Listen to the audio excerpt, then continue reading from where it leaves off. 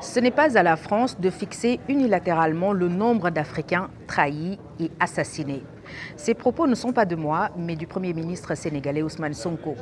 Le numéro 2 de l'exécutif sénégalais fait ici référence à une récente décision des autorités françaises d'attribuer à 6 tirailleurs africains, dont 4 Sénégalais abattus par l'armée française en 1944 au camp de Thiaroye au Sénégal, la reconnaissance à titre posthume dénommée « Mort pour la France ». Mes questions.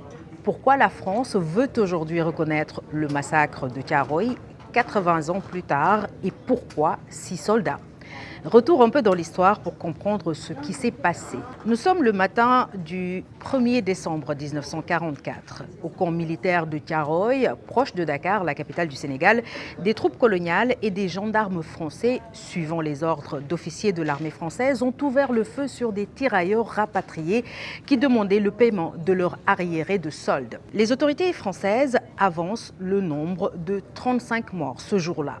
Un chiffre qui reste encore sujet à controverse, car des historiens sénégalais dénombrent plus de 190 tués.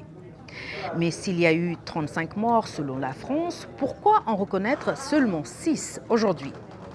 Dans sa publication, le Premier ministre sénégalais a précisé, je cite, « Je tiens à rappeler à la France qu'elle ne pourra plus compter seule ce bout d'histoire tragique.